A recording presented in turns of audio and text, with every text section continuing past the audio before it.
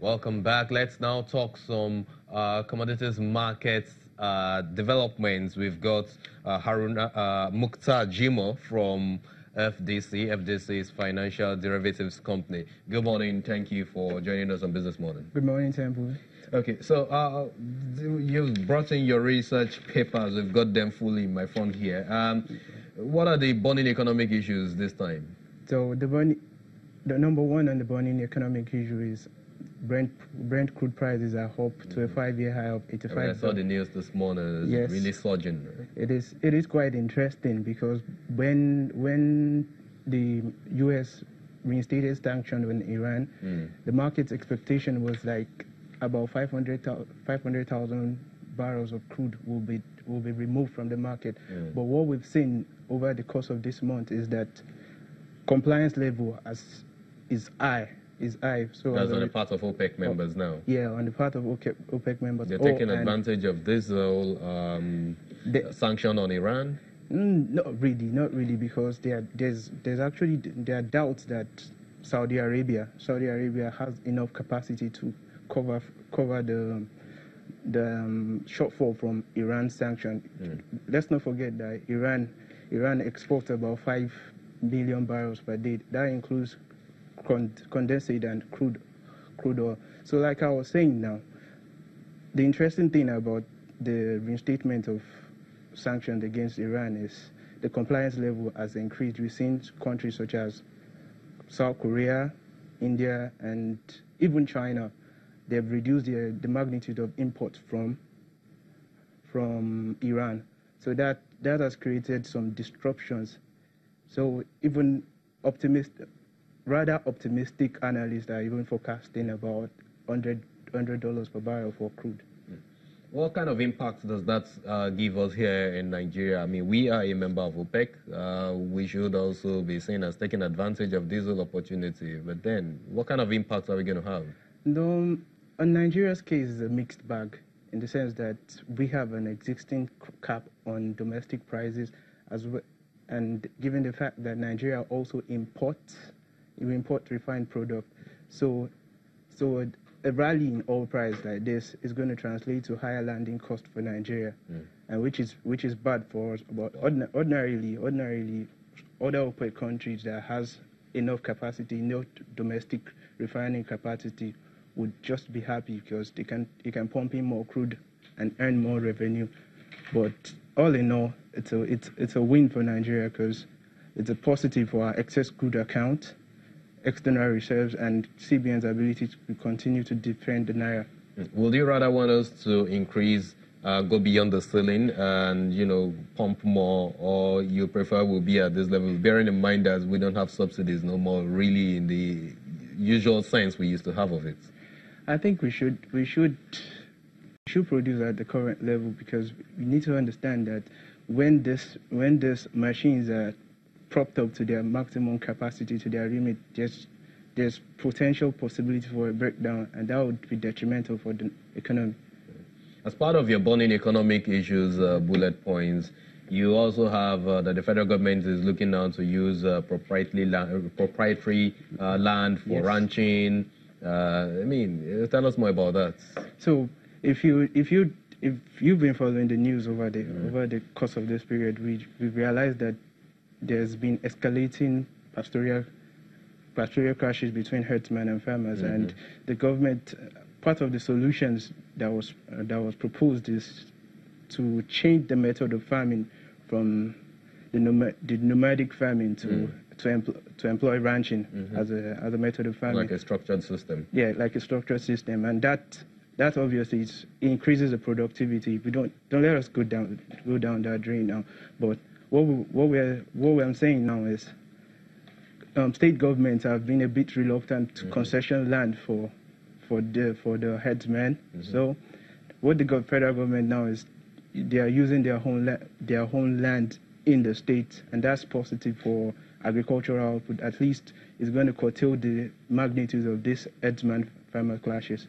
We don't hope that comes into reality so that we can actually start advancing beyond the level. So power output up marginally to 3,710 megawatts. Yeah. How realistic is this? I don't have light, really. well, numbers don't lie, though. Yeah, I agree. Numbers don't lie. But so there hasn't been a great deal of things happening in the power sector, I must say, but at least it's an improvement compared to the time when we had this grid collapse and all. So this is a marginal improvement over about 45 megawatt per hour. So it's positive. But what exactly could be containing the reality as to limiting our use of generators and having to buy fuel to burn overnight just to have electricity? What are those things? So the major challenge we have in the power sector is this inadequate investment in the power sector. Yeah. Easily other countries, there are different sources of power, as we all know, and Nigeria we are dependent on the hydro and the natural gas. Even the natural gas power we are suboptimal. We are suboptimal in the sense that Nigeria is one of the top gas flaring countries. Right. Okay, well, we've talked about Brent being up some 33 basis points, it's at $33 per barrel. Earlier on this morning, we heard of $85 per barrel, 70 cents on Bloomberg, or thereabout. Yes. So gross external reserves declines further to 44.38 billion naira, billion dollars rather. Yeah, it's not so surprising given the fact that US Fed has raised the interest rate, and what that does is it increases capital flight. And given the policy and political uncertainty in Nigeria as well, foreign portfolio investors are exiting the economy. So we've seen that, and even in the high FX window that has depreciated to about 363 naira per dollar, compared to the parallel market, which is currently about 361. So it is nothing new. It is expected, but the only thing we could do is to, as much as possible, try to curtail the exit. Okay, so let's talk domestic commodities prices, staples, and consumer goods before we go to the focus on potatoes this time. Yes, the prices of domestic commodities have relatively been flat because this is the start of the new quarter, and quite frankly, politics have taken over the driving seat of the economy now. Right. So we haven't seen much movement in any domestic commodity prices. But our expectation is that prices of flour is going to increase by 250 to about 11,350 per 50 kg bag. Do you think the harvesting season will have any impact on all of these food items? We've got rice, flour, beans, tomatoes, old yam, and all that. Yes, the harvest season is going to have an impact. But what kind of impact? Positive or negative? It's going to be positive because the more you harvest, the more you have your supplies in the market, and this goods are mostly perishable, something like tomatoes. Tomatoes, but then the farmers are really complaining that they don't have good buyers. You mean, having to transport some of those items, like tomatoes specifically now, from the north to Lagos, 2/3 of what you're exporting or you're bringing to Lagos or transporting to Lagos gets damaged before it gets here. Yeah. It's a thing of magnitude of, like I said, it's a thing of magnitude of export. When your magnitude of export increases, and with the assumption here is the damage in the process of moving it down is still constant. So obviously you will still have an increase in supply, but it will not be as much as it ought to be. So that's gonna help reduce prices a bit slightly. I'm sure you have the solution. Maybe they should pay you to get that anyways. So let's look at consumer goods current prices. You got Pepsi, you got beer, you got what's in that? There hasn't been anything that has happened there. Okay. Basically, it's all the prices have remained flat, and these are the goods that an ordinary citizen buy. You know, Pepsi, bread loaf.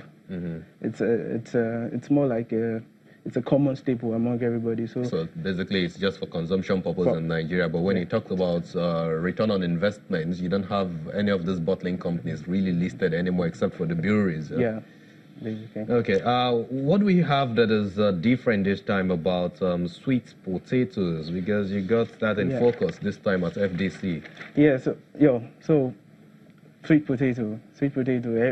Almost everybody knows this. You know, even when I was growing up, I'm not sure about you, but when I was growing up as a kid, I looked forward to eating sweet potatoes every day.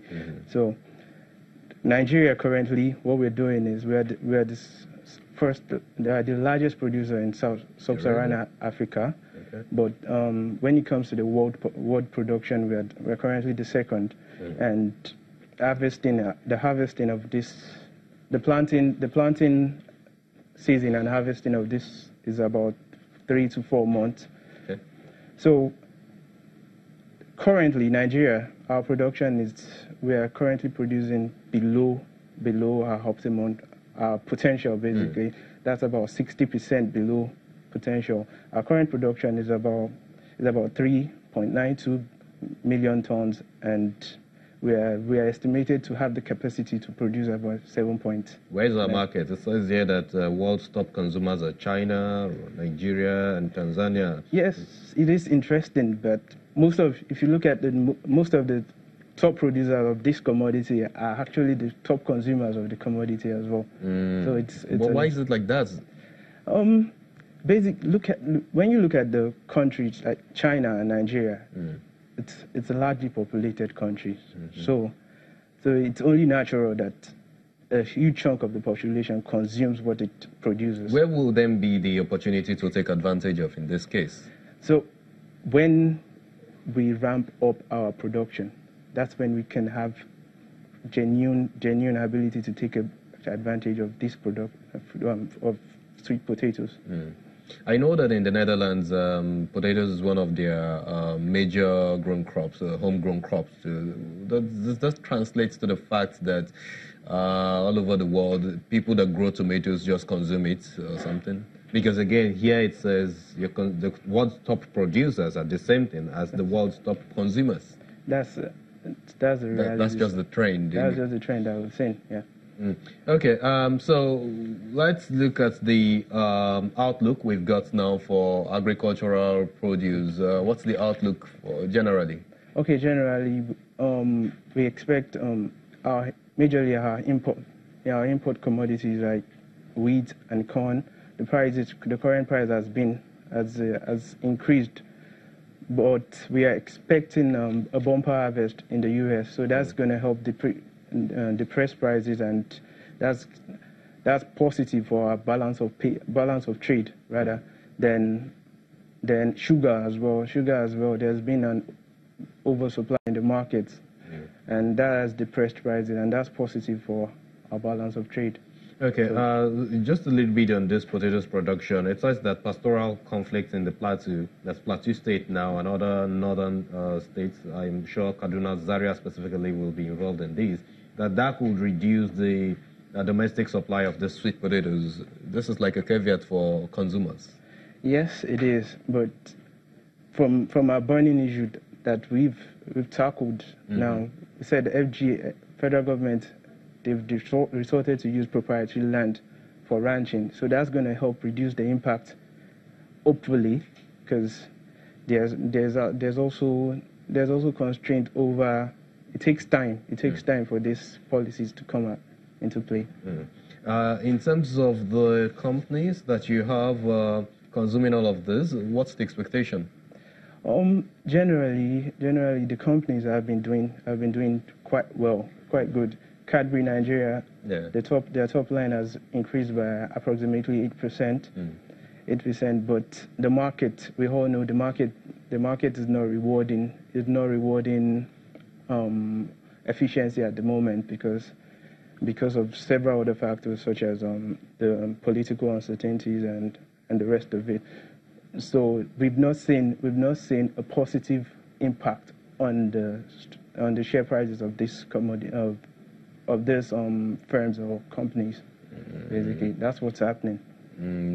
Cadbury is a dividend-paying company. In a way, I know Tantalizers is no longer very active in the market. I'm not too sure if it's still listed. Anyways, thank you very much for your time, Mukhtar Jimoh from FDC, Financial Derivatives Company. Appreciate your time. Thank you for having me. After the break, we'll go to the stock exchange for some analysis on settlements in the depository markets. Stay with us.